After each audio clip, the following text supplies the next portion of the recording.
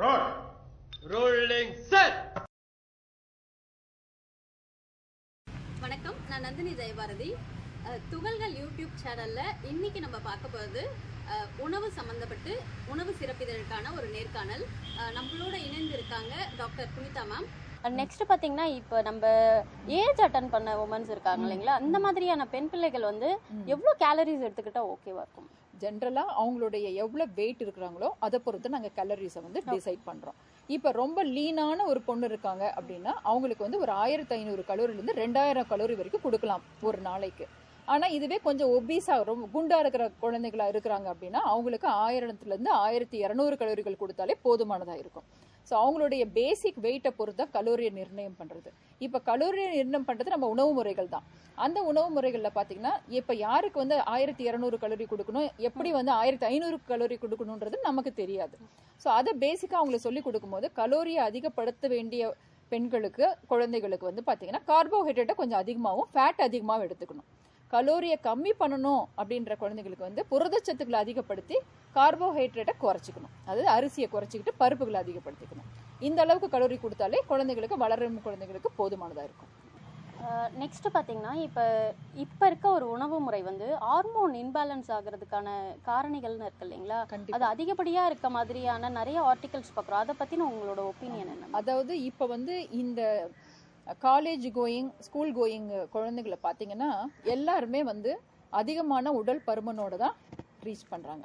அதிகமான உடல் பருமன் வரும்பொழுது என்ன ஆகுதுன்னா அந்த கீழே அதாவது ஆப்பிள் ஒபிசிட்டின்னு நாங்கள் சொல்லுவோம். ஒபிசிட்டிலே நிறைய டிஃப்ரெண்ட் வெரைட்டிஸ். ஓவராலாக ஒருத்தவங்க குண்டாக இருப்பாங்க, அவங்க ஒரு 110 கிலோ இருப்பாங்க, ஆனால் அவங்களுக்கு எல்லாமே சரிவிகிதமாக இருக்கும். அது வந்து அவங்களுடைய ஜெனட்டிக் மேக்கப்பாக இருக்கலாம். அதாவது அவங்களுடைய ஃபேமிலியில் எல்லாருமே குண்டா இருப்பாங்க. ஆனால் இப்போ ரீசெண்டாக வெயிட் கெயின் பண்ணுறாங்க, திடீர்னு வந்து வெயிட் இன்க்ரீஸ் ஆகுது. அது எங்கே வெயிட் போடும்னா பெண்களை பொறுத்த வரைக்கும் அடி வயிற்றுலையும் பின்னாடி பேக்லையும் பட்டக்ஸ் அப்புறம் தொடையில இந்த இடத்துல தான். இதுக்கு பேர் தான் ஆப்பிள் ஒபேசிட்டி, சென்ட்ரல் ஒபேசிட்டின்னு சொல்லுவோம். நடுவில் இருக்கிற இந்த மாதிரியான இடத்துல வந்து நிறைய ஃபேட் டெபாசிட் ஆகும்போது என்ன நடக்குதுன்னா நமக்கு ஹார்மோன்ஸ் மாறுது. அந்த ஃபேட்ல இருந்து எக்ஸஸா டெஸ்டோஸ்டிரோன்ன்ற ஒரு ஹார்மோன் செக்ரேட் ஆகுது. அந்த ஹார்மோன் என்ன, அது ஆண்களுக்கான ஹார்மோன். அந்த டெஸ்டோஸ்டிரோன் ஹார்மோன் பெண்களுக்கு அதிகமாக சுரக்கும் பொழுதும் ஈஸ்ட்ரோஜன் மாறி சுரக்கும் போதும் என்ன நடக்குதுன்னா இப்போ ஆண்களுக்கான ஃபீச்சர்ஸ் நமக்கு வந்துடும். அதாவது ஆண்களுக்கான ஹார்மோன் நம்ம கிட்ட வரும்போது என்ன ஆகுதுன்னா நமக்கு பெண்களுக்கான ஹார்மோன் எல்லாம் குறைய ஆரம்பிச்சிருது. அதாவது ஈஸ்ட்ரோஜன் ப்ரொஜெஸ்டரான் அது செய்ய வேண்டிய வேலையை செய்ய மாட்டேங்குது. அப்போ என்ன நடக்குது, பெண்களுக்கு முடி நிறைய வளர்றது நமக்கு ஈஸ்ட்ரோஜன்னால. ஆனால் டெஸ்டோஸ்டிரோன் அங்கே அதிகமானாலோ இல்லை அந்த ஃபேட்ல இருக்கிற ஹார்மோன் அதிகமாகும் போது முடி கொட்ட ஆரம்பிச்சிருது. ரெண்டாவது என்ன நடக்குது, அங்கே இருக்கிற ஹார்மோன் வந்து கர்ப்பப்பை பக்கத்தில் இருக்கிற சினைப்பில் இருக்கிற கருமுட்டையை உற்பத்தி பண்ண விடாமல் தடுக்குது. ஸோ அதனால என்ன ஆகுது, கருமுட்டை சீராக வந்தால் தான் நமக்கு பீரியட்ஸ் சரியாக வரும். பீரியட்ஸ் அப்போ இர்ரெகுலர் பீரியட்ஸ். இந்த இர்ரெகுலர் பீரியட்ஸ்ன்னு இப்போ வர்ற குழந்தைகளில் பார்த்தீங்கன்னா ஸ்கூல்ல இருந்து காலேஜ் வரைக்கும் கல்யாணான பெண்கள் வரைக்கும் வர்றது வந்து இர்ரெகுலர் பீரியட்ஸ்ன்ற கம்ப்ளைண்ட்டுக்காக தான் ஒரு மகளிர் மருத்துவரை அணுகி வர்றாங்க. 180 பேர் வர்றாங்க. அதுக்கு காரணம் ஒபிசிட்டி. ஸோ ஒபிசிட்டி எங்கிருந்து வந்தது, இப்போ அதுதான் நம்ம பார்க்கணும். இப்போ ஒபிசிட்டின்றது ஒரு ஃபேக்டர், அவ்வளோதான். ஆனால் அதனுடைய சோர்ஸ் எங்கன்னு பார்த்தீங்கன்னா உணவு முறைகள் தான். So sedentary life style, no working condition. ரெண்டாவது பார்த்தீங்கன்னா உணவு முறைகளில் ஃபாஸ்ட் ஃபுட் ஐட்டம்ஸ். அதாவது இப்போ நம்ம எல்லாருமே ரொம்ப ஃபாஸ்ட்டாக வெஸ்டர்ன் லைஃப் ஸ்டைலுக்கு மாறிட்டோம். அந்த மாதிரி சுச்சுவேஷனில் காலையில் எழுந்திருக்கிறது லேட் ஆகுது. ஸோ காலை உணவு லேட் ஆகுது, இரவு தூங்குறதுக்கு லேட் ஆகுது, அதனால இரவு உணவு லேட் ஆகுது. ஸோ இந்த சைக்கிளில் மாறுபாடு இருக்கும்போது நைட்டு சாப்பிட்ற எல்லா உணவுகளும் ஃபேட்டாக கன்வெர்ட் ஆகி போய் அங்கே டெபாசிட் ஆகும். ஸோ இதனால தான் நம்ம அது இல்லாமல் வீக்கெண்ட்ஸில் நம்ம என்ன வெளியில் போகிறோம் அந்த மாதிரி உணவுகள் எடுத்துக்கிறோம். நிறைய ஃபாஸ்ட் ஃபுட் ஐட்டம்ஸ் சாப்பிட்றோம். பிஸ்கட்ஸு, சாக்லேட்ஸு, பேஸ்ட்ரி ஐட்டம்ஸ், இந்த மாதிரி இந்த உணவுகள் தான் இப்போ இருக்கிற குழந்தைகள் ரொம்ப லைக் பண்ணுறாங்க. அவங்க லைக் பண்ணுறத வாங்கி கொடுக்கறது தான் பேரண்ட்ஸை லைக் பண்ணுறாங்க இப்போ. ஸோ இந்த மாதிரியான சுச்சுவேஷன் வரும்பொழுது அந்த ஒபிசிட்டி ஆட்டோமேட்டிக்காகவே சைல்ட்ஹுட்லேருந்தே வந்துடுது. திடீர்னு ஒரு இன்டர்வென்ஷன் அது கொடுக்கணும்னு நம்ம நினைக்கும் போது அது ரொம்ப டஃப்பான சுச்சுவேஷனாகவும் இந்த விஷயத்தை பிசிஓடி, அதாவது பாலிசிஸ்டிக் ஓவேரியன் டிசீஸ்ன்ற ஒரு என்டிட்டி தான் இப்போ காமனாக வந்துருச்சு. அது அப்படின்னா என்னென்னா கருமுட்டையில் அந்த கர்ப்பப்பை பக்கத்தில் இருக்கிற ஒரு சினைப்பையில் சின்ன சின்ன ஃபாலிகல்ஸ் டெவலப் ஆகி கருமுட்டையை வளர விடாமல் தடுக்கிற ஒரு வியாதி. இதுவே தான் எதிர்காலத்தில் அவங்க மேரேஜ் பண்ண பிறகு அவங்களுக்கு என்னவா மாறுது, குழந்தையின்மைன்ற ஒரு விஷயத்தை கொண்டு வந்து விட்டுருது. ஸோ இந்த ரெண்டு விஷயத்துக்கு பேக்ரவுண்டாக இருக்கிறது வந்து ஒபிசிட்டி. அந்த விஷயத்துக்கு பேக்ரவுண்டாக இருக்கிறது நம்மளுடைய உணவு பழக்க வழக்க முறை. இதை கண்டிப்பாக ஸ்டார்ட் பண்ணோன்னா உணவுலேருந்து ஸ்டார்ட் பண்ணால் மட்டும்தான் இந்த ரிசல்ட் எல்லாம் நமக்கு அன்ஈவன்ஃபுல்லாக இருக்கிறதுக்கு வாய்ப்புகள் உண்டு. இப்போ நம்ம நார்மலாக மந்த்லி சைக்கிள் இருக்குது, இந்த டைமில் என்ன மாதிரியான ஃபுட்டை எடுத்துக்கிட்டால் ஹெல்ப்ஃபுல்லாக இருக்கும்னு நினைக்கிறேன்? கண்டிப்பாக இது ரொம்ப முக்கியமான கேள்வி. ஏன்னா வந்து பீரியட்ஸ் அப்போ பெண்களுக்கு பார்த்தீங்கன்னா நிறைய உடல் சோர்வு காணப்படும். ரொம்ப டயர்டாக இருக்கும், பேக் பெயின், அடிவயிறு வலி, சேலை செய்ய முடியாத ஒரு சூழ்நிலைகள் ஏற்படும் போது நீர் சத்துள்ள உணவுகளை அதிகமாக எடுத்துக்கணும். அது இல்லாமல் அந்த ஹார்மோன் இம்பேலன்ஸ் வரும்போது சாப்பிட்ற ஃபுட்டுக்கே ஒரு அவர்ஷன் இருக்கும் அந்த ஹார்மோன்னால. அதாவது சில ஆயில் ஐட்டம்லாம் பார்த்தா பிடிக்காது. அந்த மாதிரி டைமில் பழ வகைகள் நிறைய எடுத்துக்கணும், ஜூஸ் நிறைய சாப்பிடணும். நான் ஆல்ரெடி சொல்லியிருக்கேன் உங்களுக்கு, அந்த சத்து மாவு கஞ்சி காலையில் சாப்பிட்றது சத்து மாவு கஞ்சாவும், எதுவுமே பிடிக்கலன்னா காலையில் நீராகாரமும் பழைய சோறும் தான் பெஸ்ட் ஃபுட்டு இந்த மாதிரி டைமில். ஏன்னா நம்மளுடைய உடைய வெப்பத்தை தணிக்கக்கூடிய உணவுகள் இது. அது மட்டும் இல்லாமல் நம்ம 3/4 ஆஃப் த ஃபுட்டு வந்து ஃப்ரூட்ஸாக எடுத்துக்கிட்டோம்னா அது உடனே நமக்கு எனர்ஜியை கொடுக்கும். இப்போ நீங்கள் இதுவே வந்து ஒரு ஒரு ஒரு கப்பு மில்க் எடுக்கிறீங்க, ஒரு கப்பு ஜூஸ் எடுத்துக்கிறீங்க, எது நமக்கு இமீடியட்டான எனர்ஜி கொடுக்கும் நீங்கள் பார்த்தீங்கன்னா ஜூஸ் தான் எனர்ஜி கொடுக்கும். மில்க் வந்து டிலேடு எனர்ஜி கொடுக்கும். ஸோ இந்த மாதிரி அடிக்கடி ஃப்ரீக்வெண்ட்டாக அவங்க சாப்பிடணும்.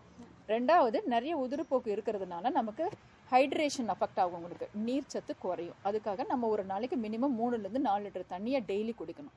அது தண்ணியாக குடிக்கல அப்படின்னா ஜூஸு, இளநீர், மோர், கஞ்சி, கூழ் இந்த மாதிரி ஐட்டங்கள் எடுத்துக்கணும்னா சத்தும் கிடைக்கும், நீர் சத்தும் நமக்கு கிடைக்கும். இந்த மாதிரி உணவுகள் எடுத்துக்கிறது தான் பெஸ்ட்டு. அது இல்லாமல் மதிய உணவுகளில் புரோட்டீன் அதிகப்படுத்திக்கணும். சோர்வை கம்மி பண்ணுறதுக்கு பருப்பு வகைகள் அதிகமாக, பூட்டு வகைகள் அதிகமாக எடுத்துக்கலாம், காய்கறிகள் அதிகம், நீர்ச்சத்துள்ள காய்கறிகளில் சொரக்காய், பீக்கங்காய், நூக்கல் இந்த மாதிரி ஐட்டங்களை நிறைய எடுத்துக்கிட்டாங்கன்னா இன்னும் அவங்களுக்கு பெட்டரான ஸ்டேட்டஸ் இருக்கும், ஹெல்த் ஸ்டேட்டஸ்.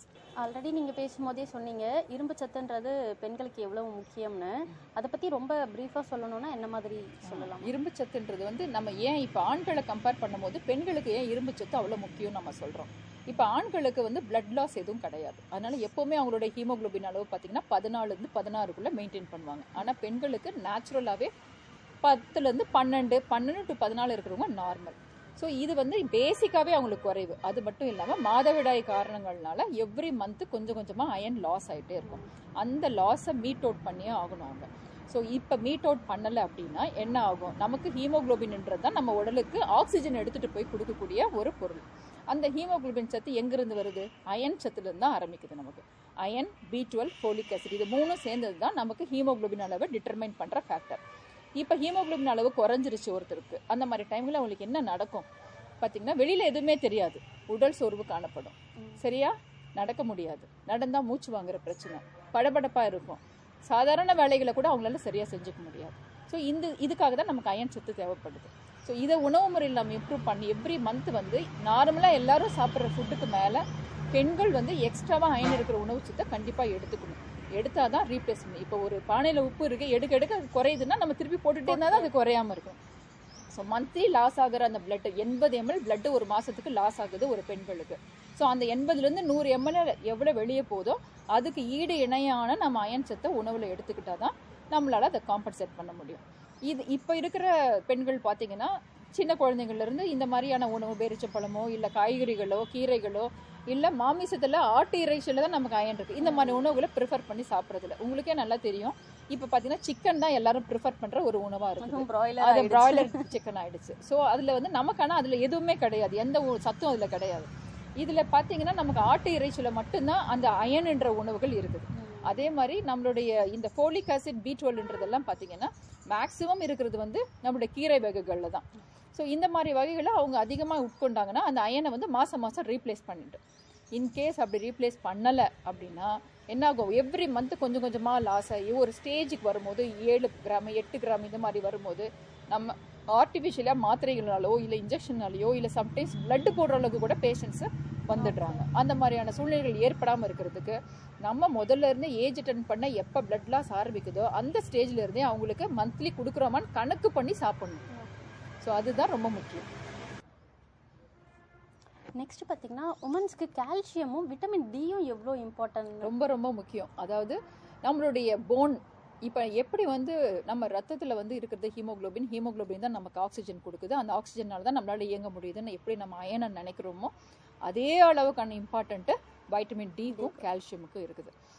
இப்போ இந்த வைட்டமின் டி கால்சியம் என்ன பண்ணுதுன்னா, நம்ம சாப்பிட்ற சாப்பாடுலேருந்து எடுத்துகிட்டு போய் கால்சியம்ன்றது நம்மளுடைய எலும்புகளும் நம்மளுடைய பல்லும் வந்து தேவைப்படுறது முக்கியமான சத்து கால்சியம். இப்போ நம்ம சாப்பிட்ற சாப்பாட்டில் கால்சியம் பார்த்திங்கன்னா ரொம்ப ரொம்ப குறைவானதாக இருக்குது. ஒரு 2 உணவு தான் கால்சியம் அதிகமாக இருக்குது. ஒன்று பால், 2வது நம்மளுடைய கேழ்வரகு. ஆனால் பால் வந்து இப்போ டைரெக்டாக மாட்டிலேருந்து கிடைக்கிற பாலே கிடைக்கிறது, எல்லாமே ஸ்டோர்டான பால்ன்றதுனால இப்போ நான் பாலை வந்து ஜென்ரலாக நிறைய பேருக்கு அட்வைஸ் பண்ணுறதில்ல. அன்லஸ் அவங்க மாடு வீட்டில் வச்சுருந்து எடுத்துக்கிட்டாங்கன்னா அந்த கால்சியம் ஓகே. ஆனால் பால் குடிக்கும் போது நிறைய கொலஸ்ட்ராலும் கூட சேர்ந்து வர்றதுனால அது வந்து ஏற்கனவே இருக்கிற உடல் பருமனை அதிகப்படுத்துறதுனால அதை காட்டிலும் பெட்டரான உணவுன்னு பார்த்தீங்கன்னா கேழ்வரகு. கேழ்வரகு ரொம்ப காமனாகவும் ரொம்ப விலை மலிவாகவும் கிடைக்கக்கூடிய ஒரு உணவை. கேழ்வரகை வச்சு கூழ் செய்யலாம், களி செய்யலாம், புட்டு செய்யலாம், அடை செய்யலாம். இந்த மாதிரி நிறைய ரெசிபி இருக்குது. நமக்கு பிடிச்ச மாதிரி உணவுகளை எடுத்துக்கணும். எதுக்காக இதை எடுக்கணும்னா இந்த கால்சியம் சத்து மாசமாக இருக்கும்போது அதாவது பெண்கள் வந்து ப்ரெக்னெண்ட்டாக இருக்கும்போது குழந்தை அவங்களுக்கு மட்டும் கிடையாது, உள்ளே வளர்கிற குழந்தைக்கும் எலும்பு சத்து தேவைப்படுது. அந்த எலும்பு சத்து நம்ம உங்களுக்கு தெரியும் உமன்னா ரொம்ப ஹார்ட் ஒர்க்கிங் லேடிஸ், எப்பவுமே இடுப்பு வலின்றது ஒரு பெரிய பிரச்சனை. ஸோ போன்ஸ் நல்லா ஸ்ட்ரென்த்தாக இருந்தால் மட்டும்தான் அவங்களால ப்ராப்பரான வேலைகளை செய்ய முடியும். வைட்டமின் டின்றது எந்த உணவுலையும் கிடையாது, கொஞ்சோண்டு ஃபிஷ்ல இருக்குன்றத புக்கில் கொடுத்துருப்பாங்க. ஆனால் வைட்டமின் டி நமக்கு ஃப்ரீயாக கிடைக்கிறது. எங்கேருந்து வருது? சூரிய வெளிச்சத்துலேருந்து வருது. ஆனால் இப்போ எல்லாருமே நம்ம எல்லாம் ஒர்க்கிங்காக இருக்கோம், இண்டோர் பாப்புலேஷனு, வெளியில் போகிறதே கிடையாது. அப்படி வெளியில் போனாலும் கொடை எடுத்துக்கிட்டு தான் நம்ம போகிறோம் எல்லாரும். ஆமாம், கொடை எடுத்துகிட்டு போகிற மாதிரியான சுச்சுவேஷன்ஸ் இருக்கிறதுனால சூரிய வெளிச்சம் நமக்கு மேலே படவே கூடாதுன்ற ஸ்டேஜில் நம்ம இருக்கும் பொழுது ஃப்ரீயாக கிடைக்கிற அந்த கதிர்வீச்சில் நமக்கு கிடைக்கிற வைட்டமின் டி நமக்கு கிடைக்க விடாமல் நம்மளே தடுக்கிறோம். ஸோ ஜென்ரலாக பார்த்தீங்கன்னா காலையில் எழுந்த உடனே ஒரு 15 மினிட்ஸும் ஈவினிங் ஒரு ½ அன் ஹவரும் சூரிய வெளிச்சத்தில் உட்காந்தாலே வைட்டமின் டி கிடைக்கும். இப்போ நிறைய பெண்கள் பார்த்தீங்கன்னா பேக் பெயின்ன்ற காமன் இல்லாத பெண்களே நம்ம பார்க்கவே முடியாது. பேக் பெயின்றது அவ்வளோ காமனான விஷயமாயிடுச்சு. அதை விட முக்கியமானது போஸ்ட் மெனோபாசல் லேடிஸ், அதாவது பீரியட் நின்று போயிடுது இல்லைங்களா, ஒரு 50-55 வயசில் நிற்க போகுதுன்னா அவங்களுக்கு ஈஸ்ட்ரோஜன்ன்ற ஹார்மோன் சுத்தமாக ஸ்டாப் ஆகிடும். அந்த இப்போ நமக்கு இருக்கிற ஸ்டேஜில் இந்த மாதிரி மெனோபாஸ்க்கு முன்னாடி இருக்கிற பெண்களுக்கு ஈஸ்ட்ரோஜன்ற ஹார்மோன் செக்ரேட் ஆகும். அந்த ஈஸ்ட்ரோஜன் கொஞ்சம் எலும்போட வலிமையை அதிகப்படுத்தி கொடுக்கும். மெனோபாஸ் ரீச் பண்ணிட்டாங்கன்னா அந்த கிடைக்கக்கூடிய ஈஸ்ட்ரோஜனும் கிடைக்காததுனால இன்னும் போன் ஸ்ட்ரென்த் கம்மியாகி அவங்களுக்கு ஆஸ்டியோபோரோசிஸ் அப்படின்ற ஒரு நோய் ஏற்படுது. ஆஸ்டியோபோரோசிஸ்னா என்னன்னா, இப்படி நல்லா ஸ்ட்ராங்காக இருக்க வேண்டிய ஒரு போன் பார்த்தீங்கன்னா இந்த மாதிரி ஓட்டையாயிடும். இப்போ இதனோட ஸ்ட்ரென்த் எப்படி இருக்கும், இதனோட ஸ்ட்ரென்த் எப்படி இருக்கும்? ஸோ இதனோட ஸ்ட்ரென்த்து ரொம்ப குறைவாக இருக்கிறதுனால சாதாரணமாக வழுக்கி கொஞ்சம் இடத்துல விழுந்துட்டால இமீடியட்டாக அவங்களுக்கு என்ன ஆகும், எலும்பு முறிவு ஏற்படுறதுக்கான வாய்ப்புகள் உண்டு. ஸோ மெனோபாசல் லேடி ஆகட்டும், இல்லை இந்த ரீப்ரொடக்டிவ் ஏஜ் குரூப்பில் இருக்கிற லேடி ஆகட்டும், ப்ரெக்னென்ட் உமனாக இருக்கட்டும், போனோட ஸ்ட்ரென்த்துக்கு வைட்டமின் டியும் கால்சியமும் ரொம்ப ரொம்ப ரொம்ப முக்கியமான உணவு, அயனுக்கு ஈக்குவலண்ட்டான உணவு. அது இல்லைன்னா சாதாரணமான போன் கூட அவங்களால ஸ்ட்ரென்த்தாக ஒர்க் பண்ண முடியாது. இல்லை வைட்டமின் டி கால்சியமுக்கு உணவு முறைகளில் பார்த்தீங்கன்னா நான் அட்வைஸ் பண்ணுறது வந்து ஒன்று பால், அது டைரெக்டாக நல்ல பால் கிடைச்சா சரி. அப்படி இல்லை அப்படின்னா யூ கேன் கோ ஃபார் கேழ்வரகு சாப்பிட்லாம். மூணாவதாக முக்கியமான விஷயம், இதெல்லாம் சாப்பிடலாம் கூட நம்ம உடம்புல இருக்கிற உணவை எடுத்துக்கிறதுக்கு ஃப்ரீயாக கிடைக்கிற இறைவனால் கொடுக்கப்பட்ட அந்த வைட்டமின் டியை சூரியன் கிட்டேருந்து எடுத்துக்கோங்க. ஃபாரின் கண்ட்ரி பார்த்தீங்கன்னா அவங்களுக்கு சன் பாத்னே தனியாக ஒரு இடம் இருக்குது, அவங்க அங்கே போய் தனியாக படுத்து ட்ரீட்மெண்ட் எடுத்துகிட்டு வராங்க. ஆனால் நமக்கு இயற்கையாக கிடைக்கக்கூடிய இந்த சன்லைட்டை நம்ம யூட்டிலைஸ் பண்ண மாட்டேன்றோம். இது ஒரு பெரிய வருத்தத்துக்குரிய விஷயம்தான். இருந்தாலும் இப்போ நிறைய பேருக்கு அந்த அவேர்னஸ் டெவலப் ஆகிட்டு வருது. சூரிய வெளிச்சத்தில் போகிறாங்க, அவங்களே போய் உட்கார்றாங்க. ஜென்ரல் நாங்களும் எல்லாருக்குமே அட்வைஸ் பண்ணுறோம், இதையும் நீங்களும் ஒரு தடவை இந்த சூரிய வெளிச்சத்தில் எல்லாரும் இருக்கணுன்ற விஷயத்த இன்னும் மிகைப்படுத்தி சொல்கிறது ரொம்ப நல்லது. அது என்ன டைமிங்கில் இருந்தால் ஓகேவா இருக்கும் மேம்? இது ஒரு நல்ல கேள்விதான். நிறைய புக்கில் வந்து காலை வெயில் கழுதைக்கு நல்லது, மாலை வெயில் மனிதனுக்கு நல்லது அப்படின்னு சொல்லியிருக்கிறாங்க. ஆனால் நான் என்ன சொல்கிறேன்னா, மனிதனுக்கு வெயில் நல்லது, அதான் ரொம்ப முக்கியம். ஏன்னா காலையில் போய் உட்காருங்கன்னு ஒருத்தர்கிட்ட சொன்னோன்னா, நான் காலையில் பிஸியாக டிஃபன் பண்ணணும், குழந்தை அனுப்பணும், ஹஸ்பண்ட் அனுப்பணும், எனக்கு வீட்டு வேலை இருக்குன்றாங்க. சாயந்தரம் போய் வெயிலில் உட்காருங்கன்னு சொன்னால் அவங்க என்ன சொல்கிறாங்கன்னா, சாயந்தரம் பசங்கள்லாம் வீட்டிலேருந்து வந்துடுறாங்க, அவங்களுக்கு ப்ரிப்பேர் பண்ணணும், நைட்டு ப்ரிப்பேர் பண்ணணும், டிவி பார்க்கணும், சீரியல் பார்க்கணுன்றாங்க. நான் சொல்கிற இப்போ விஷயம் என்னென்னா, ஏதோ ஒரு நேரம் எப்போ கிடைக்குதோ அப்போ கண்டிப்பாக வெயிலில் உட்காருங்க. அது first. Preferably evening sunlight is better. அப்படி இல்லைன்னா மார்னிங் ஒரு 10 மினிட்ஸ், ஈவினிங் ஒரு ½ அன் ஹவர் உட்காந்தாங்கன்னா அந்த சரிவிகத்துக்கு சரியாகும். 9 மணி 10 மணி ஆனாலும் பரவாயில்ல, துணி காய போடுறதையாவது மேலே போய் காய போட்டு 10 நிமிஷம் அங்கே உட்காந்து பேப்பர் படிச்சுட்டு வாங்கன்றது தான் என்னோட அட்வைஸ். துணி காய போடுறதே ஹஸ்பண்ட் அனுப்பிட்டோம் அந்த ஸ்டேஜுக்கு வந்து. கண்டிப்பா. இதுல இன்னொரு டவுட் என்னன்னா, மேக்ஸிமம் உமன்ஸ் இப்போ வந்து சன்ஸ்கிரீன் யூஸ் பண்றாங்க, ஸ்கின் கேர்ல ரொம்ப கான்ஷியஸா இருக்காங்க. ஸ்கின் கேர் போட்டுட்டு போய் நான் வெயில்ல உட்காரலாமான்னு அடுத்த டவுட் வரும். கண்டிப்பா கூடாது. ஏன்னா நீங்க தான் ஸ்கிரீன் போட்டு மடிச்சுக்கிறீங்களா, அப்புறம் அது எப்படி அந்த கதிர் வந்து உங்களுக்கு உள்ள போய் ஊடுருவி போகும். ஆக்சுவலா சன்லைட்ல போய் உட்கார்றதே நான் வந்து அவங்க சொல்றாங்க, நான் ஸ்கூலுக்கு நடந்து தான் போறேன், ஸ்கூல்ல ரவுண்ட்ஸ் எடுக்கிறேன், நான் போகிற வழியெல்லாம் நான் வண்டி ஓட்டிட்டு தான் போகிறேன், எனக்கு சன்லைட் பட தான் செய்யுது. அப்படி கிடையாது, கொஞ்சம் டைம் கொடுக்கணும் அந்த சன்லைட் வந்து உடம்புல உரியறதுக்கும். அதனால மேலே ஒரு ப்ரைவசியான ஒரு இடத்துல போய் உட்காந்து நம்மளுடைய பாடியை எந்த அளவுக்கு எக்ஸ்போஸ் பண்ண. இப்போ உட்காந்திங்கன்னா கொடை பிடிச்சிட்டு உட்காந்துக்கிட்டோமான்னு கேட்குறாங்க சில பேர், முகத்தை மட்டும் மறைச்சிக்கிட்டு உட்காந்துட்டோமான்னு. கண்டிப்பாக அதெல்லாம் உண்டு தான். அட்லீஸ்ட் இந்த மேலே இருக்கிற போர்ஷனையும் இந்த போர்ஷனையாவது எக்ஸ்பேண்ட் பண்ணி அது அப்சார்ப் ஆகிறதுக்கு இடம் கொடுத்து உட்காருங்கன்றது தான் என்னோட கணக்கு. ஆனால் கண்டிப்பாக சன்ஸ்கிரீன்ன்றதையே நான் அட்வைஸ் பண்ணலை, அதுவே தவறான ஒரு விஷயம் தான். நான் முகத்துக்கு கடலை மாவு போட்டு வாஷ் பண்ணுங்க, சோப் யூஸ் பண்ணாதீங்கன்னு சொல்கிறாள். பைத்த மாவு கடலை மாவு போட்டால் இன்னும் பெட்டராக இன்னும் பளபளக்கும் சன்ஸ்கிரீனை விடன்றது தான் என்னோட கருத்து. இல்லை நம்ம இது உள்ள போனோம்னா ரொம்ப அதிகமா அழகு சாதனம் சார்ந்து போகிற மாதிரி ஆயிடும். நம்ம நெக்ஸ்ட் கொஸ்டின் போயிடலாமா? இப்போ ஏஜ்டு லேடிஸ்லாம் இருக்காங்க இல்லைங்களா, வயதில் மூத்தவங்க வந்து அவங்களோட உணவு முறையை எப்படி எடுத்துக்கிட்டா பெட்டராக இருக்கும்? ஏன்னா இப்போ நீங்கள் முன்னாடி சொன்னது பார்த்தீங்கன்னா ஆஃப்டர்நூன்லையா இருக்கட்டும், லஞ்சில் டெய்லி ஒரு அரிசி வகைகள் எடுத்துக்கணும்னு சொல்கிறீங்க. இப்போ நம்ம அது வந்து ரொம்ப அட்வான்ஸ் லெவலாக இருக்க பீப்புள் கிட்ட கனெக்ட் பண்ணுற மாதிரி இருக்கும் இல்லைங்களா. நம்ம நார்மல் ஜென்ரல் பீப்புள்ஸ் யூஸ் பண்ணுற மாதிரியான உணவு முறைகள்னா என்ன மாதிரி எடுத்துக்கலாம்? இப்போ வந்து ஏஜ் ஆயிடுச்சு அப்படின்னா, நான் ஆல்ரெடி சொல்லியிருக்கேன், மெனோபாசல் ஏஜ் கிட்ட வந்துடுறாங்க. அப்போ அவங்களுக்கு வந்து அயனை காட்டிலும் பீரியட் நின்று போயிடுது அவங்களுக்கு. அப்போ அயன் ரொம்ப முக்கியத்துவமாக இதில் வேணும் தான், ஆனால் அந்த அளவுக்கு முக்கியம், அதை விட முக்கியத்துவமாக இது கால்சியம். ஸோ அது ரெண்டாவது ஃபேக்டர் வந்து அவங்களுடைய செரிமானத்தன்மை. ஏஜ் ஆக ஆக செரிமானத்தன்மை குறைய ஆரம்பிச்சிடும். ஸோ குறைய ஆரம்பிக்கும்போது அதுக்கு தகுந்த உணவை எடுத்துக்கணும். மூணாவது ஃபேக்டர் கன்சிடர் பண்ண வேண்டியது பார்த்தீங்கன்னா இரவு உணவு. ஸோ இதில் பார்த்தீங்கன்னா ஏஜ் ஆகும்போது செரிமானத்தன்மை குறைவுன்றதுனால 2 வேளை குக் பண்ணாத உணவும் 1 வேளை மட்டும் குக் பண்ண உணவும் எடுக்க சொல்கிறாங்க. காலையில் வந்து கேழ்வரகு, இரவு வந்து கோதுமை, மதியம் மட்டும்தான் ரைஸ் சாப்பிடணும். இதில் கால்சியம் கண்டெய்னிங் ஃபுட்டுன்னு பார்த்தீங்கன்னா நம்ம சொல்கிற இந்த கேழ்வரகு மட்டும் இல்லாமல் அப்பார்ட் ஃப்ரம் தட் மற்ற தானியங்களுக்குலாம் கம்பு, அதுக்கப்புறம் சோளம், இந்த தானியங்களும் அவங்க கூட சேர்த்துக்கலாம். இரவு உணவுகளாக எடுத்துக்கிட்டாங்கன்னா செரிமானத்தன்மை பெட்டராக இருக்கும். புளி யூஸ் பண்ணுறதை கம்மி பண்ணணும். கண்டிப்பாக புளின்றது வந்து பார்த்தீங்கன்னா எலும்புகள்லாம் அரிக்கக்கூடிய ஒரு விஷயம். உங்களுக்கே ரொம்ப புளியை எடுத்து நீங்கள் சாப்பிட்டு பார்த்தீங்கன்னா தெரியும், உங்களோட இந்த உள்ளே இருக்கிற இந்த மியூக்கோசல் மெம்பரேன்னு சொல்லுவோம் இல்லைங்கன்னா, அதில் எரிய ஆரம்பிச்சிடும். ஸோ ஏஜ் ஆகும்போது அவங்களுக்கு இந்த முடக்குவாத நோய்கள், முட்டி வலிகள், இடுப்பு வலிகள் வர்றதுனால புளியை வந்து தவிர்க்கிறது நல்லது. எலும்புக்கு முக்கியமான அடுத்த ஒரு உணவாக நம்ம பார்த்தீங்கன்னா பூண்டு நிறைய எடுத்துக்கிட்டாங்கன்னா ஒன்று செரிமானத்தன்மையை இம்ப்ரூவ் பண்ணோம்.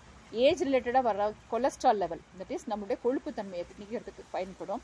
மூணாவதாக வந்து பார்த்தீங்கன்னா பிரண்டை, நம்ம சாப்பிட்ற பிரண்டை, இந்த மாதிரி செரிக்கிற உணவுகளாக ஏஜ் ஆகும்போது எடுத்துக்கிறது தான் நல்லது.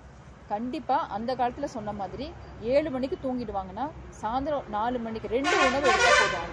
காலையில் 11 மணிக்கு ஒரு உணவும் சாயந்தரம் 4 மணிக்கு ஒரு உணவும் எடுத்துக்கிட்டாங்கன்னா போதும். தூங்க போகும்போது ஒரு கப்பு பழம் சாப்பிட்டு படுத்தாங்கன்னா போதும் ஏஜ்டாக இருக்கிறவங்க. அதுக்கு மேலே நைட்டில் போய் சமைச்ச உணவுகளை சாப்பிட்டாங்கன்னா செரிமான கோளாறு வந்து நைட்டில் தூங்கும் போது அவங்களுக்கு ஆஸ்பிரேட் ஆகி சில நேரங்களில் உள்ளர வந்து அந்த மூச்சுத்திணறல் ஏற்படுறதுக்கான வாய்ப்புகளும் உண்டு. அது மட்டும் இல்லாமல் ஏஜ் ஆகும்போது பிபி, சுகர், கொலஸ்ட்ரால், இருதய நோய், இந்த மாதிரி ஏதாவது ஒரு பிரச்சனைகளை வச்சுக்கிட்டு தான் இப்போ இருக்கிறாங்க. அதுக்கான உணவுகளை மாற்றிக்கிறதுக்கு இந்த 2 வேளை உணவு மட்டுமே போதுன்றது தான் என்னுடைய கருத்து. ஓகே மேம், இப்போ இதில் நீங்கள் ரொம்ப இம்பார்ட்டண்டாக சொல்கிறது வந்து செரிமானம் சம்மந்தப்பட்டு சொல்கிறீங்க. இப்போ நம்ம இதுலேயும் பார்த்தீங்கன்னா நீங்கள் கால்சியம் பற்றியும் பேசுகிறீங்க இல்லைங்களா. இப்போ கால்சியம்னா நம்ம பால் எடுத்துக்கிறது இம்பார்ட்டன்ற மாதிரி சொன்னீங்க. இப்போ ஏஜ்டாக இருக்க பீப்புள் பால் எடுத்துக்கிட்டாங்கன்னா அவங்களுக்கு செரிமானம் வந்து கரெக்டாக இருக்காது இல்லைங்களா. அதை தவிர்க்கணுமா இல்லை எடுத்துக்கணுமா? பாலுன்றது நான் அட்வைஸ் பண்ணுறது வந்து வளரும் குழந்தைகளுக்கு மட்டும்தான். ஓகே. பெண்களில் பார்த்தீங்கன்னா இப்போ அட்வைஸ் பண்ணுறது ப்ரெக்னென்ட் பேஷண்ட், தட் இஸ் மாசமாக இருக்கிற பெண்களுக்கு மட்டும்தான் பால் அட்வைஸ் பண்ணுறேன். மற்றவங்க எல்லாருக்குமே கேழ்வரகு தான் சரியான உணவு. ஏஜ் ஆனவங்களுக்கு கண்டிப்பாக பாலை தவிர்ப்பது மிகவும் நல்லது. என்ன ஏஜ்ல இருந்து மேம் அதை எடுத்துக்கலாம்? அந்த மெனோபாசல் ஏஜ்னு சொல்கிறோம் இல்லைங்கன்னா 45 முதல்ல அடுத்து வர எல்லா ஏஜுகளுக்கும் பாலை தவிர்ப்பது நல்லது. இப்போ ஜென்ரலாக இப்போ இருக்கிற இந்த ஏஜ்லேயே ப்ரெக்னென்சி முடிஞ்சு ஃபேமிலி பிளானிங் கம்ப்ளீட் பண்ணிட்டாங்கனாலே பால் அவாய்ட் பண்ணுறது நல்லது தான். அதுக்கு பதிலாக அவங்க வந்து இந்த கேழ்வரகு எடுத்துக்கிறது நல்லது. கம்புல வந்து பார்த்தீங்கன்னா அயனும் இருக்குது, கால்சியமும் இருக்குது. அது இல்லாமல் ஃபைபர் கண்டென்ட் அதிகமாக இருக்குது அதில். இப்போ ஏஜ் ஆகிறவங்களுக்கு பார்த்தீங்கன்னா மோஷன் ட்ரபிள் ரொம்ப காமனாக இருக்கும். ஏன்னா அவங்களுடைய அந்த ஸ்பிங்டர் அந்த க்ளோஸ் பண்ணுறதும் அந்த செரிக்கிற தன்மை குறைவாக இருக்கிறதுனால ஃபுட்டெல்லாம் பார்த்தீங்கன்னா செரிமான தன்மை இல்லாமல் இருந்துச்சுன்னா கான்ஸ்டிபேஷன்ற ப்ராப்ளம் வரும் அவங்களுக்கு. சரியா மலம் கழிக்க முடியாது. அப்போ இந்த ஃபைபர் கண்டெய்னிங் ஃபுட்ஸ் அவங்க நிறைய எடுத்தாங்கன்னா மோஷன் ஃப்ரீயாக போயிடும் அவங்களுக்கு. மோஷன் ஃப்ரீயாக பண்ணாலே பாதி வியாதி நமக்கு சரியான மாதிரி அர்த்தம். வளரிளம் பருவம் அந்த ஸ்டேஜில் இருக்கவங்களையும் பார்த்துட்டோம், ஏஜ்டு பீப்புள்ஸையும் பார்த்துட்டோம். ஸ்பெஷலாக இப்போ வந்து கர்ப்ப காலத்தில் இருக்க பெண்களுக்குன்ற மாதிரியான டாபிக்ஸ்குள்ளே போகலாமா? இதில் வந்து தவிர்க்க வேண்டிய உணவுகள் என்னென்னன்றதை ஃபர்ஸ்ட் பார்க்கலாம்னு நினைக்கிறேன். இப்போ பெண்கள் பார்த்தீங்கன்னா நம்ம 3 ட்ரைமஸ்டராக பிரிக்கிறோம் அதில். அதாவது முதல் 3 மாதம், அடுத்து ஒரு 3 மாதம், அந்த கடைசி ஒரு 3 மாதம். இந்த 3 மாதத்தில் பார்த்தீங்கன்னா முதல் 3 மாதம் வந்து வாமிட்டிங் வர ஸ்டேஜ் அவங்களுக்கு ப்ரெக்னென்சியில். அந்த மாதிரி டைமில் வந்து மோஸ்ட் ஆஃப் த டைம் பார்த்தீங்கன்னா எதை சாப்பிட்டாலும் எதை பார்த்தாலும் அவங்களுக்கு வாமிட் வர மாதிரி ஸ்டேஜ். அந்த டைமில் திரவ உணவுகள் தான் நாங்கள் அட்வைஸ் பண்ணுறது. காலையில் கஞ்சி, அதுக்கப்புறம் ஃப்ரூட்ஸு. அவங்க அவாய்ட் பண்ண வேண்டிய ஃப்ரூட்ஸு நீங்கள் பார்த்தீங்கன்னா பைனாப்பிள், பப்பாயா நாங்கள் ஜென்ரலாக அட்வைஸ் பண்ணுறதில்ல அந்த 3 மாதத்துக்கு மட்டும். ஆனால் 3 மாதத்துக்கு அப்புறம் பைனாப்பிள், பப்பாயா சாப்பிட்லாம். இருந்தாலும் நம்மளுடைய யூஸ்வல் கஸ்டம்ஸ் படி அதை சாப்பிடக்கூடாதுன்றதுனால ஆப்ஷன் வந்து நாங்கள் அவங்கக்கிட்ட கொடுத்துருவோம். ஸோ அந்த 3 மாதம் கழித்து அவங்க எடுத்துக்கலாம். பைனாப்பிள், பப்பாளி பழம் தவிர மற்ற எல்லா பழங்களும் ஆப்பிள், சாத்துக்குடி, மாதுளை, திராட்சை, பேரிச்சம்பழம், அதுக்கப்புறம் இப்போ இருக்கிற இந்த வாட்டர்மெலான், இதெல்லாமே அவங்க ஃபஸ்ட்டு 3 மாதத்தில் எடுத்துக்கலாம். அது இல்லாமல் அந்த 3 மாதத்தில் ரொம்ப வாமிட்டிங் வருதுனால தயிர் சாதம் அட்வைஸ் பண்ணுறோம். நாங்கள் தயிர் எடுத்துக்கலாம். மதிய உணவுகளில் தயிரும் துவையலும் எடுத்துக்கலாம். இப்போ ப்ரெக்னென்சியில் அந்த அவர்ஷன் ஹார்மோனால ஒரு அவர்ஷன் இருக்கிறதுனால பருப்பு சம்மந்தப்பட்ட பொருட்கள் அவங்களுக்கு ஒத்துக்காது, அவங்க சாப்பிட முடியாது. அதே மாதிரி இப்போ வாமிட்டிங் இருக்கிறதுனால மோஷன் ட்ரபிள் ஃபஸ்ட்டு 3 மாதம் இருக்கிற கர்ப்பிணி பெண்களுக்கு ரொம்ப காமனாக பார்க்குற ஒரு விஷயம். ஸோ மோஷன் ஃப்ரீயாக போகிற மாதிரியான காய்கறிகளும் சூப்பு உணவு வகைகளை அவங்க மதிய நேரத்தில் எடுத்துக்கணும். நைட்டு கம்பல்சரியாக வாழைப்பழம் கண்டிப்பாக சாப்பிட்ணும். அதில் மோஷன் போகிறதுக்கு முக்கியமாக நாங்கள் அட்வைஸ் பண்ணுறதும் ப்ரெக்னென்சியில் பிடிக்கக்கூட ஒரு பழம்னு பார்த்தீங்கன்னா கொய்யாப்பழம். கொய்யாப்பழத்தில் வந்து அயன் இருக்குது, நிறைய ஃபைபர் இருக்கிறதுனால மதிய வேளையில் கொய்யா காயாக சாப்பிட்றாங்கன்னா, அது இல்லாமல் அது வந்து ஒரு புளிப்பு சுவையை கொடுக்கறதுனால ப்ரெக்னெண்ட்டாக இருக்கிறவங்க ரொம்ப விரும்பி சாப்பிடக்கூடிய ஒரு உணவாகவும் அதை கருதப்படுது. ஸோ மதிய நேரத்தில் ஒரு 11 மணிக்கு 2 கொய்யாப்பழமும், நைட்டில் கண்டிப்பாக 2 வாழைப்பழமும் எடுத்துக்கணும். கூட பால் அவங்களுக்கு செரிமானத்தன்மை சரியாக இருந்தால் எடுத்துக்கலாம். பால் இல்லைன்னா விட்டுடலாம். பாலை கூட அவாய்ட் பண்ண சொல்லிடணும். சாப்பிடக்கூடாத உணவுகள் நீங்கள் பார்த்தீங்கன்னா இந்த சப்பாத்தி, பரோட்டா, அப்புறம் புளி சாதம், லெமன் சாதம், ஃப்ரைட் ரைஸ் ஐட்டம்ஸு, இந்த மசாலா வகைகள் எடுக்கும்போது என்ன ஆகுனா இங்கேருந்து இது வரைக்கும் எரிய ஆரம்பிச்சுன்னா அடுத்த உணவுகளை அவங்க எடுத்துக்க முடியாது. அந்த மாதிரி ஐட்டமாக அவங்க கண்டிப்பாக அவாய்ட் பண்ணணும். நான்வெஜ்ஜில் பார்த்தீங்கன்னா சிக்கன் பேசிக்காகவே அவாய்ட் பண்ண சொல்கிறோம். மீன் நிறைய சாப்பிட்லாம். அவங்க முட்டையில் கூட வெள்ளைக்கரு புரோட்டீன் அதிகம் தேவைன்னா செரிமானத்தன்மை குறைவாக இருக்கிறதுனால வெள்ளைக்கரு 3 மாதத்தில் எடுத்துக்கலாம். அதுக்கு அடுத்த 6 மந்த்ஸுக்கு ரெண்டாவே சேர்த்து எடுத்துக்கலாம். வெள்ளைக்கருவும் எடுத்துக்கலாம், மஞ்சள் கருவும் எடுத்துக்கலாம். 3வது அட்வைஸ் பண்ணுறது நான் வெஜிடேரியனில் வந்து ஆட்டு இறைச்சி. அதில் ஈரல் சோறுட்டின்றதை முக்கியமாக அட்வைஸ் பண்ணுறோம். இல்லை மொத்தமாக இறைச்சியாக எடுத்துக்கிட்டாலும் அது ஓகே தான். ஜென்ரலாக சிக்கன் அவாய்ட் பண்ண சொல்கிறது. சில பேர் ரொம்ப விரும்பி சிக்கன் கேட்குறாங்கன்னா அதை நாட்டுக்கோழியாக எடுத்துக்கோங்கன்றதை நாங்கள் அட்வைஸ் பண்ணுறோம். நிறைய பேர் அடுத்த கொஸ்டினும் கேட்பாங்க, நாட்டு முட்டை எடுத்துக்கலாமா இல்லை வந்து பிராய்லர் முட்டை எடுத்துக்கலாமான்னு. நாட்டு முட்டை கிடைச்சா எடுத்துக்கலாம், நாட்டு முட்டை கிடைக்கலன்னா அட்லீஸ்ட் பிராய்லராவது எடுத்துக்கோங்கன்றதான் நாங்கள் சொல்கிறது. முட்டைக்கு இணையான நம்மளுடைய உணவுகள் வெஜிடேரியன் டயட்டில் என்ன இருக்குது அப்படின்னு பார்த்தீங்கன்னா பன்னீர் எடுத்துக்கலாம், மஷ்ரூம் எடுத்துக்கலாம், சுண்டல் வகைகள் எடுத்துக்கலாம். இதிலெல்லாம் நிறைய அதுக்கான ஈக்குவலண்டான ப்ரோட்டீன் இருக்குது. ஸோ இதை அவங்க அட்வைஸ் பண்ணி எடுத்துக்கலாம். ஏஜ் ஆகுது. அடுத்தது வந்து 3வது மாதம் முடிஞ்சு 6வது மாதத்தில் மேக்ஸிமம் பேபி டெவலப் ஆகிற ஸ்டேஜ். இந்த டைமில் அவங்க புரதச்சத்துக்களை ரொம்ப அதிகமாக எடுத்துக்கணும். ஸோ கண்டிப்பாக காலையில் பாசிப்பருப்பு பாயசம், சாயந்தரம் சுண்டல், மதியத்துக்கு ஒரு கூட்டு, இது 3மே ப்ரோட்டீன் இருக்கிற மாதிரி சொல்லுவோம். சாப்பாடு வகையில் இட்லி சாப்பிட்றதுக்கு பதிலாக அடை சாப்பிட்லாம். அவங்க எல்லா பருப்புகளும் போட்டு அடையாக எடுத்துக்கலாம். அதுலேயே கருவேப்பிலை, கொத்தமல்லி எல்லாத்தையும் ஆட் பண்ணிட்டோன்னா அவங்களுக்கு தேவையான புரதமும் கிடைச்ச மாதிரி இருக்கும், மாற்று உணவாகவும் எடுத்துக்கலாம். பொங்கல் அட்வைஸ் பண்ணுறோம் நாங்கள். பொங்கல் வந்து நிறைய ஈக்குவல் ப்ரொப்போர்ஷன் போடணும். அரிசியும் பருப்பும் ஈக்குவலாக இருக்க மாதிரி பொங்கல் போட்டு நெய் போட்டு கொஞ்சம் நட்ஸை போட்டாங்கன்னா எல்லாமே அதில் ஒரு கம்ப்ளீட் ஃபுட்டாக கிடைக்கும். செரிக்கிற தன்மையும் அது பெட்டராக இருக்கும் உங்களுக்கு. இந்த மாதிரி உணவுகளை இந்த நடுவில் இருக்கிற 3 மாதத்துக்கு எடுக்கலாம். டெலிவரி பக்கத்தில் வந்துருச்சு, டியூ டேட் பக்கத்தில் வந்துச்சு, இந்த மாதிரி டைமில் எந்த மாதிரி உணவை எடுத்துக்கலாம்னா குழந்தை எந்த அளவுக்கு வளர்ச்சி அடைஞ்சிருக்கோ பேபியோட வெயிட்டை பொறுத்தும் அம்மாவோட வெயிட் கெயினை பொறுத்தும் நாங்கள் அட்வைஸ் பண்ணுவோம். ரொம்ப வெயிட் கெயின் பண்ணிட்டாங்க அந்த மாதிரி பேஷண்ட்ஸுக்கு நாங்கள் ஃபுட்டை குறைச்சிடுறோம் லாஸ்ட் 3 மந்த்ஸில். அந்த மாதிரி டைமில் நாங்கள் இன்னும் நிறைய எக்ஸசைஸை சொல்லி கொடுக்கறதுனால மேக்ஸிமம் திரவ உணவுகளும் பல உணவுகளும் நிறைய எடுத்துக்க சொல்கிறோம். தண்ணி நிறையா குடிக்கணும். ஏன்னா தண்ணி வந்து இவங்களுக்கு மட்டும் கிடையாது, குழந்தைக்கும் படிக்கொட நீர் அதிகமாக இருக்கணுன்றதுனால அந்த மாதிரி டைமில் 3 to 4 liters ஆஃப் வாட்டரை நாங்கள் எடுத்துக்க சொல்கிறோம். ஓகே, இப்போ நீங்கள் சொல்லும் போது எக்குக்கு ஆல்டர்னேட்டிவாக ஒரு சில ஐட்டம் சொன்னீங்க. இப்போ நம்ம மக்கள் என்ன பண்ணுவாங்கன்னா பன்னீர் வந்து நமக்கு ஈஸியாக இருக்குன்றதை தாண்டி முட்டையை விட பன்னீர் சாப்பிட்றதுக்கு ரொம்ப இன்ட்ரெஸ்ட் காட்டுவாங்க. கண்டிப்பாக நீங்கள் வந்து முட்டையாக பன்னீர் எடுத்துக்கலான்னதும் நான் என்ன பண்ணுவேன்னா பன்னீர் ஃப்ரைட் ரைஸ் சாப்பிடலாம் அந்த மாதிரி போயிடுவேன் இல்லைங்களா? அது என்ன மாதிரி எடுத்துக்கிட்டா ஓகே? ஏன்னா அதுவும் செரிமானம் இல்லாத ஒரு உணவு இல்லையா? ஆமாம். பன்னீர்ன்றது வந்து பார்த்தீங்கன்னா இப்போ வந்து இப்போ நான் பன்னீரை யாருக்கு ரெக்கமெண்ட் பண்றேன்னா வெஜிடேரியன் ஃபுட்டுக்கு மட்டும்தான் பன்னீர் ரெக்கமெண்ட் பண்றேன். நான் வெஜிடேரியன் சாப்பிட்றவங்களுக்கு கம்பேர் டு பன்னீர் முட்டையில அது இல்லாம எக்ஸ்ட்ரா உணவுகள் இருக்குது. இப்போ இது புரோட்டீனுக்காக மட்டும் தான் நம்ம பாக்குறோம். அது இல்லாம ஃபேட் கண்டென்ட் அதுல அதிகமா இருக்கு, முட்டையில அதிகமா இருக்கு. வைட்டமின் டி கொஞ்சம் முட்டையில இருக்குது. இதெல்லாம் எக்ஸ்ட்ரா வந்து உணவுகள் அதுல எக்ஸ்ட்ரா சத்து இருக்கிறதுனால வென் கம்பேர்ட் டு பன்னீர்ன்றது ஸ்டோரான ஒரு உணவுன்றதுனாலையும் முட்டைன்றது ஈஸியா நமக்கு கிடைக்கக்கூடியது, காஸ்ட்லியும் கிடையாது, அதே மாதிரி சமைக்கிறதுக்கும் பெரிய வேலை கிடையாதுனால முட்டை is preferred than paneer. Okay, இதை நான் ஏன் கேட்டேன்னா அது கொஞ்சம் டேஸ்டி ஃபுட்ன்றதுனால நம்ம அதுக்கு போயிடுவோம். பன்னீரை எப்படி சாப்பிடணும் அப்படின்னா நீங்க சொல்ற மாதிரி வந்து ஃப்ரைட் ரைஸ் ஐட்டம்லாம் பண்ணி சாப்பிடக்கூடாது. ஜஸ்ட் எப்படி நம்ம முட்டையை பாயில் பண்றோமோ, பாயில் பண்ணிட்டு என்ன பண்றோம், சும்மா லைட்டா பெப்பர் சால்ட் போட்டு ஒரு லைட் ஃப்ரை பண்றோமோ அந்த மாதிரி லைட்டா எண்ணெய் போட்டு அதை அப்படியே ட்ரை பண்ண விட்டுட்டு சாப்பிட்டாலே போதும் பன்னீர். நம்ம சாப்பிடுற பன்னீர் பட்டர் மசாலா, பன்னீர் கிரேவி, பன்னீர் மஞ்சூரியன் இந்த மாதிரி ஐட்டங்கள்லாம் கண்டிப்பா சாப்பிடக்கூடாது. இன்டர்வியூ பார்க்குற எல்லாரும் என்ன நினைச்சிருவாங்க, அடுத்த கட்டமா டாக்டர் சொல்லிட்டாங்க பன்னீர் ஐட்டம்ல என்னென்ன டிஷ்ஷஸ் இருக்குன்னு யூடியூப் லிங்க் தேட ஆரம்பிச்சிருவாங்க. அது வந்து என்னன்னா இப்போ எப்பவுமே நம்ம வந்து நீ டெய்லி சுண்டல் சாப்பிடு அப்படின்னு சொன்னா நம்ம ஏதோ உங்களுக்கு பனிஷ்மெண்ட் கொடுக்குற மாதிரி நினைக்கிறாங்க. ஆனா அந்த மாதிரி இல்லாம ஒரு சேஞ்சுக்கு வீக்லி ஒன்ஸ் நீங்க இதை சாப்பிடலாம் அப்படின்ற ஒரு ஆல்டர்னேட் கொடுத்தா மட்டும்தான் அடம் பிடிக்கிற குழந்தைக்கும் இல்ல அடம் பிடிக்கிற பெண்களுக்கும் கண்டிப்பா அது ஒரு மாற்று வழியா இருக்குன்றதுக்காக தான் அதை சொல்றேனே தவிர இதுக்கு இணை கிடையாது. அதை மட்டும் தெளிவுபடுத்திக்கணும். ஓகே, நெக்ஸ்ட் மேம், இப்போ நம்ம பேசின வரைக்கும் கொஞ்சம் ஹெல்த்தியா பேசிட்டோம். அடுத்து ஸ்கின் கேரா போயிடுவோம் நம்ம. இப்போ நம்ம ஸ்கின்க்கு வந்து எந்தெந்த மாதிரியான உணவுலாம் வந்து பெஸ்டா இருக்கும்னு நம்ம எடுத்துக்கலாம்? ஸ்கின்னுக்கு தேவைப்படுற வைட்டமின் பாத்தீங்கன்னா ஒன்னு மெயின் ஏ தான். ஓகே, ஏ வைட்டமின், அதுக்கப்புறம் டி. இப்போ டி வைட்டமின் நமக்கு கிடைக்கலன்னு வச்சுக்கோங்களேன், நம்ம இந்த கலர்ல எடுக்க மாட்டோம். உங்களுக்கு வந்து வெள்ளையா இருக்கிறது பிடிக்குமா, மாநிறமா இருக்கிறது பிடிக்குமா? எனக்கு ப்ரௌனா இருந்தா பிடிக்கும். ஏன்னா இப்போ ஆல்பினிசம்ன்ற ஒரு என்டிட்டி இருக்குது. அதுல பாத்தீங்கன்னா ஒயிட்டா இருப்பாங்க. அவங்கள பாத்தீங்கன்னா அவங்கள பார்த்தாவே நமக்கு வந்து ஏதோ நோய் போல இருக்குது அப்படின்ற மாதிரியான டி பிக்மெண்டேஷன், அவங்களுக்கு பிக்மெண்டே டெவலப் ஆகாது. ஸோ அதிகமான நிறம் இருந்தாலும் சரி, நிறம் இல்லாம இருந்தாலும் சரி, ரெண்டுமே ஆபத்து தான். ஸோ இதுக்கு இடைப்பட்டது தான் நம்மளுடைய இந்தியன்ஸ் இருக்கிற இந்த கோதுமை நிறம்.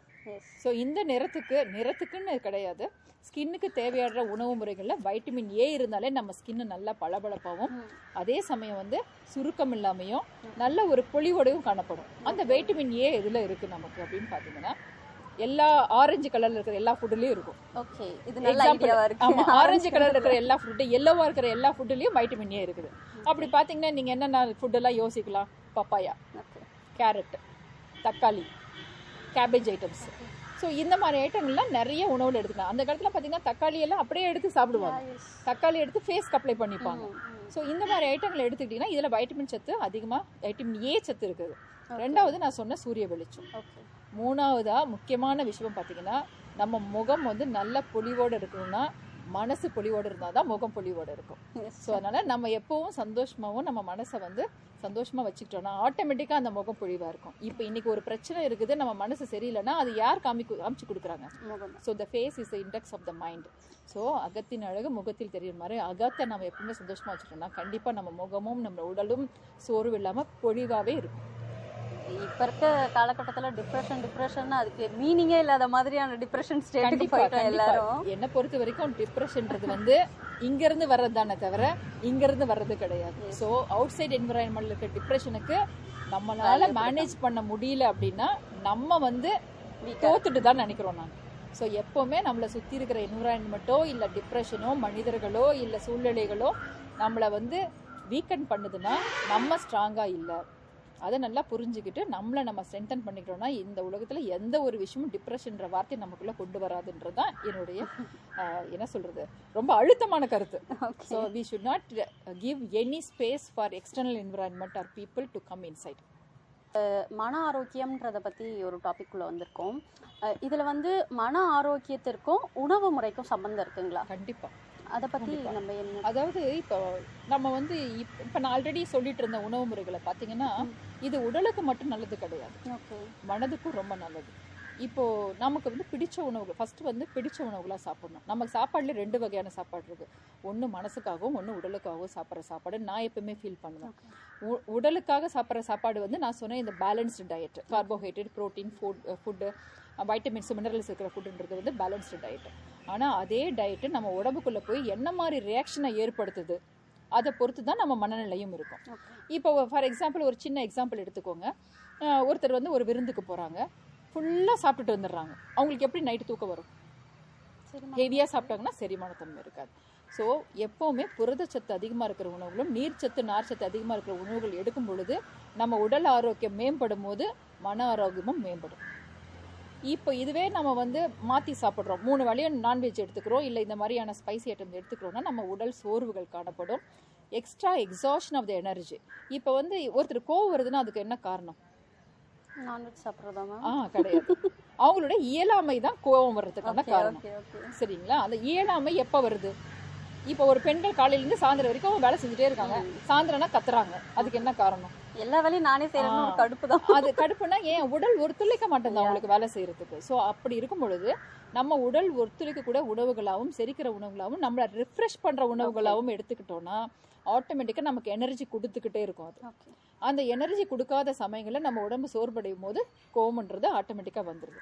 அந்த கோவத்தை ஈடுகட்டுற மாதிரி யாராவது காம்பன்சேட் பண்ண வந்தாங்கன்னா அது முடிஞ்சிருவாங்க. அப்படி காம்பன்சேட் பண்ணனா அது என்னவா மாறும்? டிப்ரெஷனா உருவாகுது. ஸோ இந்த மாதிரி உணவு முறைகளை நீங்கள் fruits, vegetables, nuts, dry fruits இந்த மாதிரி உணவுகள் நீங்கள் அதிகமாக எடுத்துக்க உங்களுடைய எனர்ஜி என்ன ஆகும்? உங்களுக்கு வேஸ்ட் ஆகாமல் கிடச்சிக்கிட்டே இருக்கும் கண்டினியூஸாக.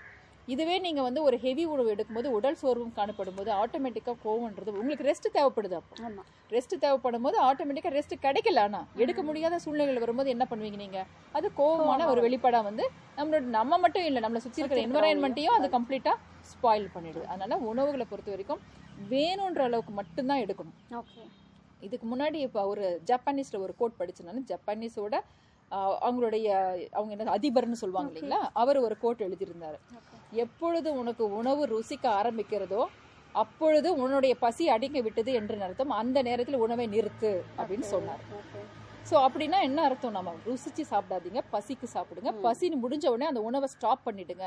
அப்போ உங்களோட உடல் ஆரோக்கியம் மேம்படும்.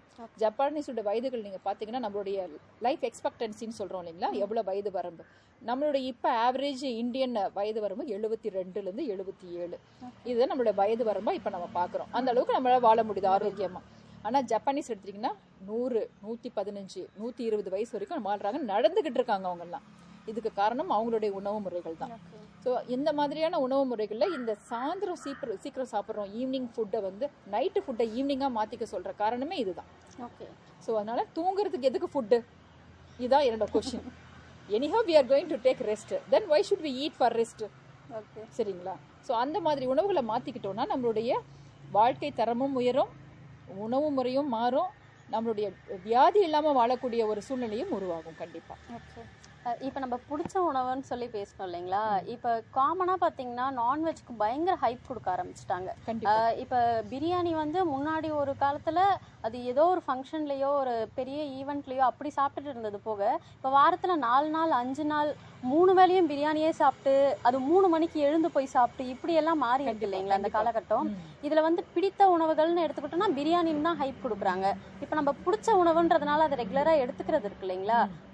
இது பிரியாணின்றதை மட்டும் விட்டுட்டு இல்லாமல் நம்ம நான்வெஜ்னு எடுத்துக்கிட்டோம்னாலே ரீசெண்டாக ஒரு டெலிவிஷன் ஒரு ப்ரோக்ராமில் சொல்கிறாங்க வெஜிடேரியன் அண்ட் நான் வெஜிடேரியன் உட்காந்து பேசுகிறாங்க.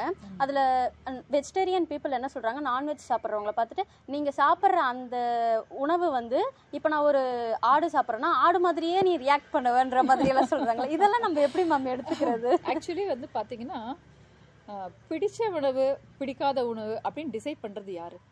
எப்போ இருந்து நமக்கு அது வருது? குழந்தை பிறக்கும் போது எந்த சுவையும் இல்லாம தான் பிறக்கும். கண்டிப்பா. ஆனா அது முடிவு பண்ணக்கூடாது யாரு? பேரண்ட்ஸ் தான். ஓகே. குழந்தை பிறக்கும் போது இருந்து அந்த குழந்தைக்கு நம்ம என்ன மாதிரியான உணவுகள் கொடுக்குறோம் அப்படிங்கிறத பொறுத்து தான் அதனுடைய டேஸ்ட் எது நல்லது எது கெட்டதுன்ற முடிவே ஆரம்பிக்குது.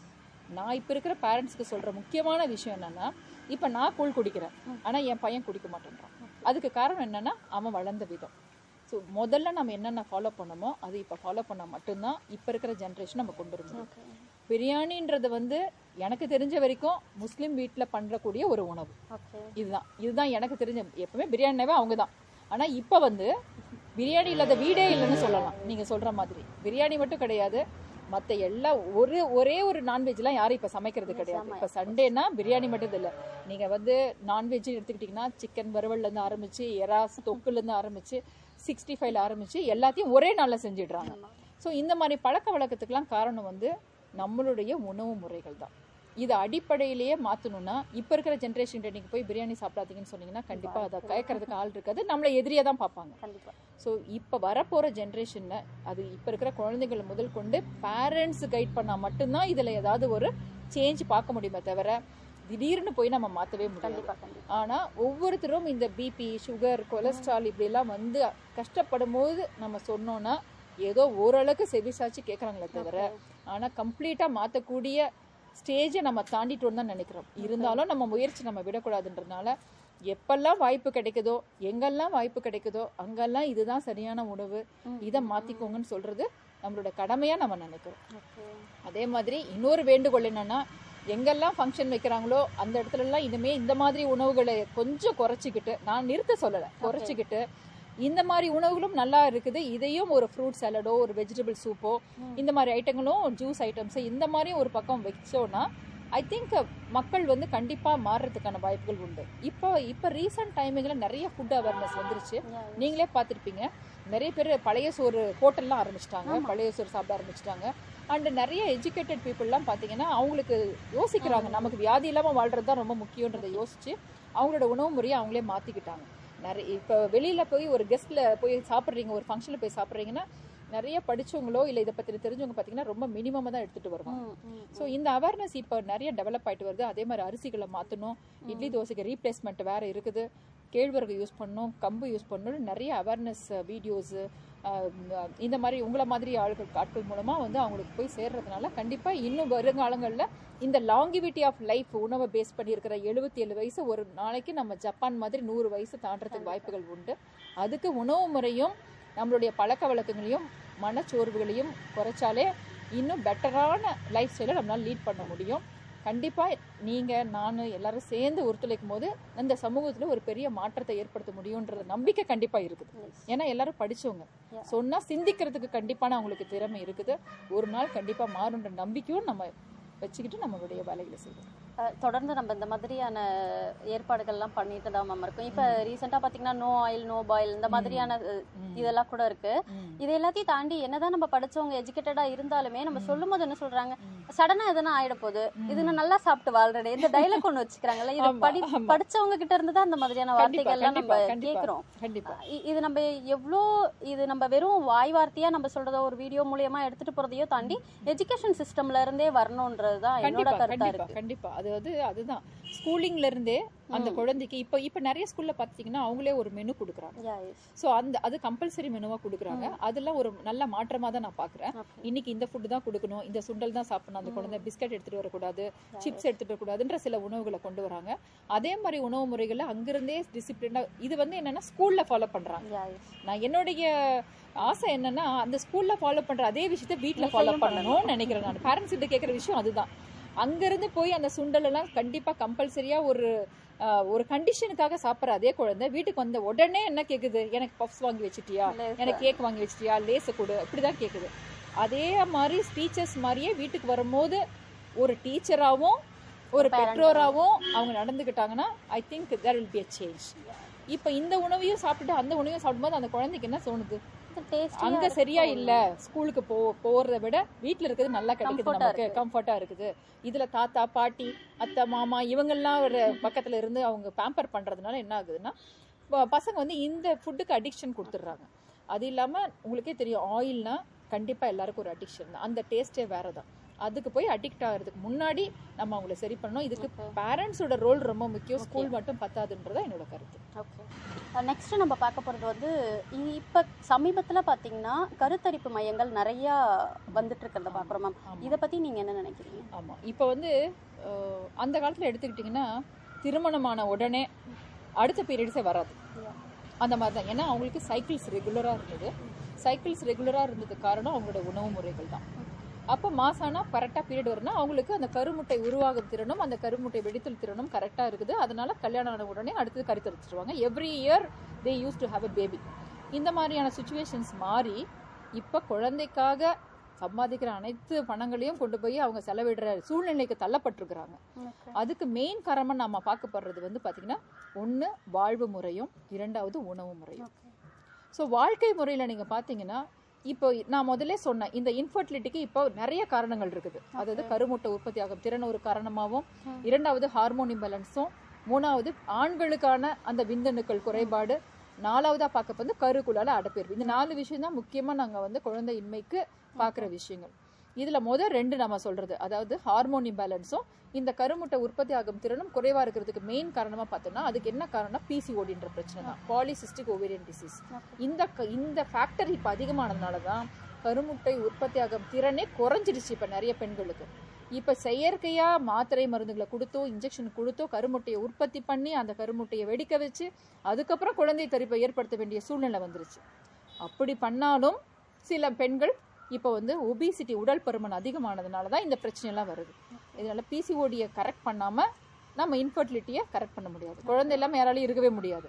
அப்போ ஆட்டோமேட்டிக்காக அவங்க என்ன பண்ணுறாங்கன்னா, என்னால் உணவை மாற்றிக்க முடியல, என்னால் உடற்பயிற்சி பண்ண முடியல, என்னால் என்னுடைய பேசிக் லைஃப் ஸ்டைலை சேஞ்ச் பண்ணிக்க முடியல, ஆனால் நான் சம்பாதிக்கிறேன், இந்த சம்பாதிச்சு வச்சு எனக்கு எப்படியாவது ஒரு குழந்தைய கொடுங்கன்ற ஸ்டேஜ் வந்துருச்சு. இப்போ பழையபடி அந்த ஃபர்டிலிட்டி இம்ப்ரூவ் பண்ணும். இப்போ ஆட்டோமேட்டிக்காக அது வர வர என்ன ஆகுது, அவங்களுடைய தேவைகள் அதிகமாகும் போது ஃபர்டிலிட்டி சென்டர் ஆட்டோமேட்டிக்காக அதிகமாகிடுச்சு.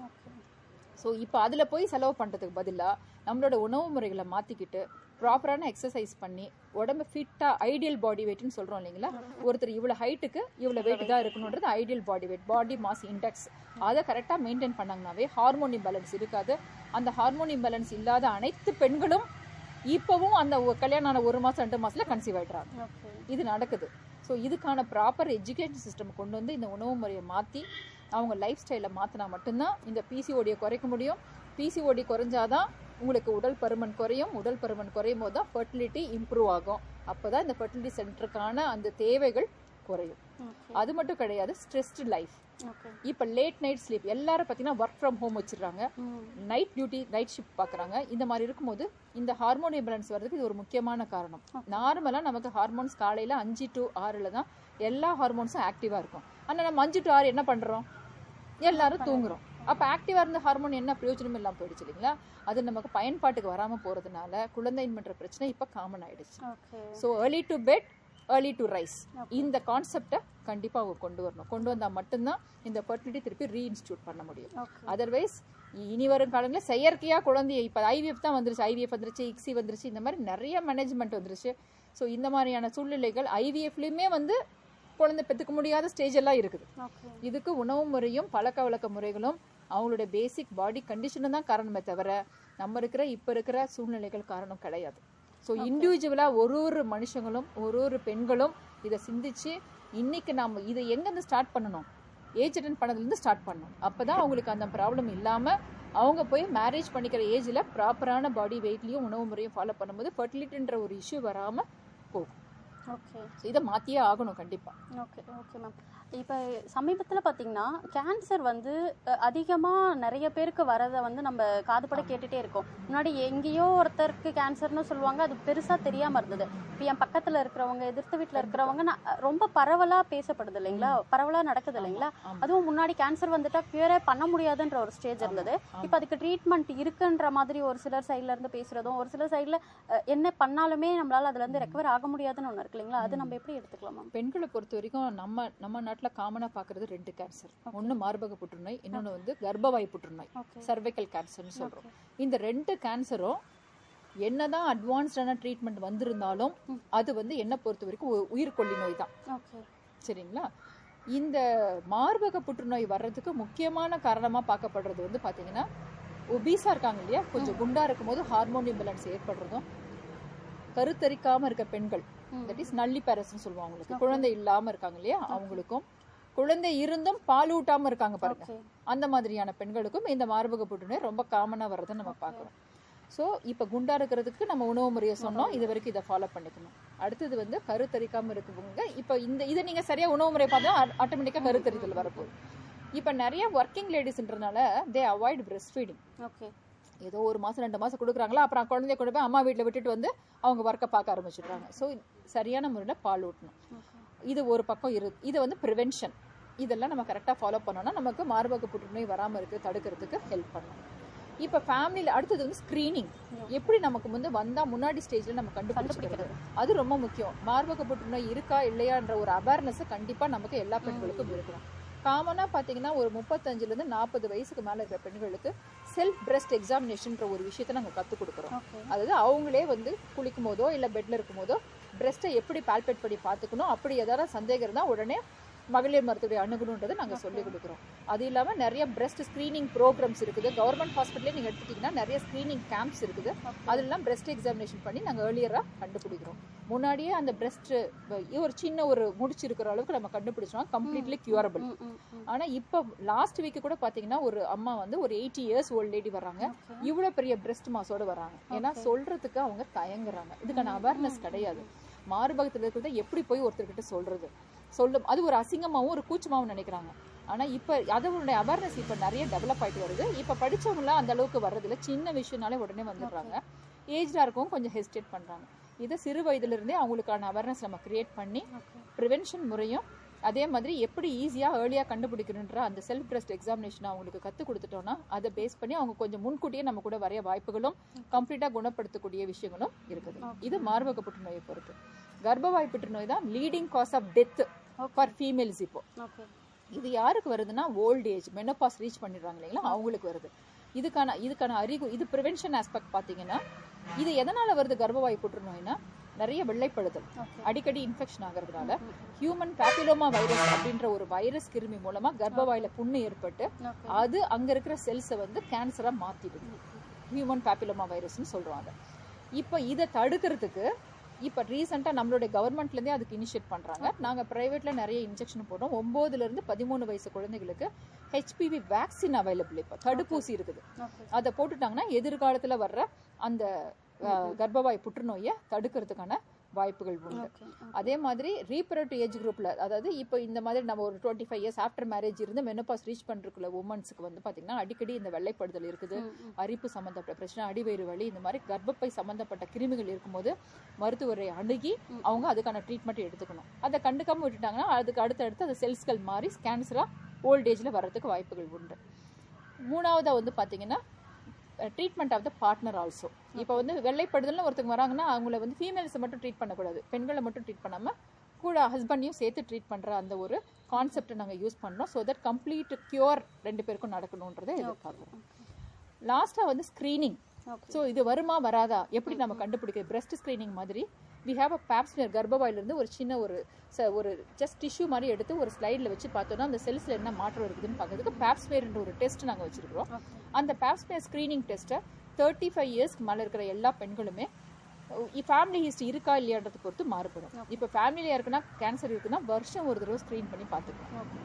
ஃபேமிலியில் யாருக்கும் இல்லை, நான் தான் முதல்ல எனக்கு செக் பண்ணிக்கணும்னு விரும்புகிறேன், எனக்கு இருக்கா இல்லையான்னு பார்த்துக்கணும்னா 3 வருடத்துக்கு ஒரு முறையோ இல்லை 5 வருடத்துக்கு ஒரு முறையோ ரெகுலராக அவங்க பேப்ஸ்மியர் ஸ்க்ரீனிங் டெஸ்ட் பண்ணி பார்த்துக்கிட்டாங்கன்னா இது முன்னாடியே நம்ம கண்டுபிடிச்சி கம்ப்ளீட்டாக க்யூர் பண்ண முடியும்.